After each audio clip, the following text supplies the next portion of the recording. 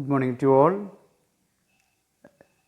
Let us begin a new chapter in economics, globalization and the Indian economy.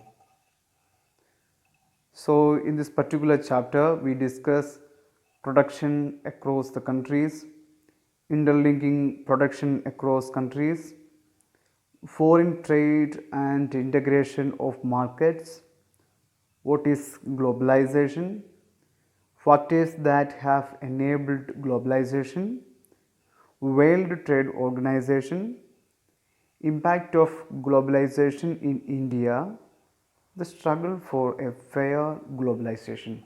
These themes are discussed in this chapter. Let us see in detail.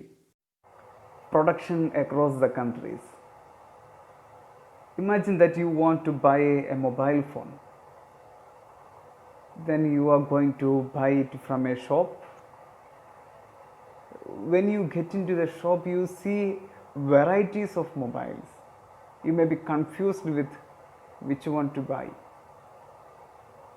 But this was not the situation that was in the mid of 20th century, because the production was largely organized within the countries. Only raw materials and foodstuff and finished products crossed the boundaries of the country.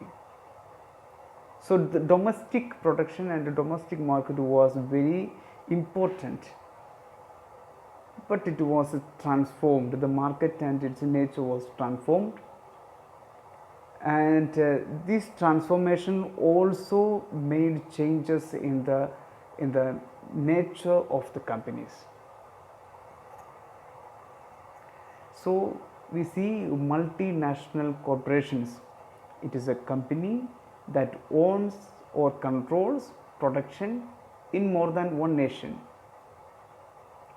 There are so many companies that we are familiar with, the multinational corporation nature, MNC's nature. MNCs set up office and factories for production in a country where they get the cheap labor and resources.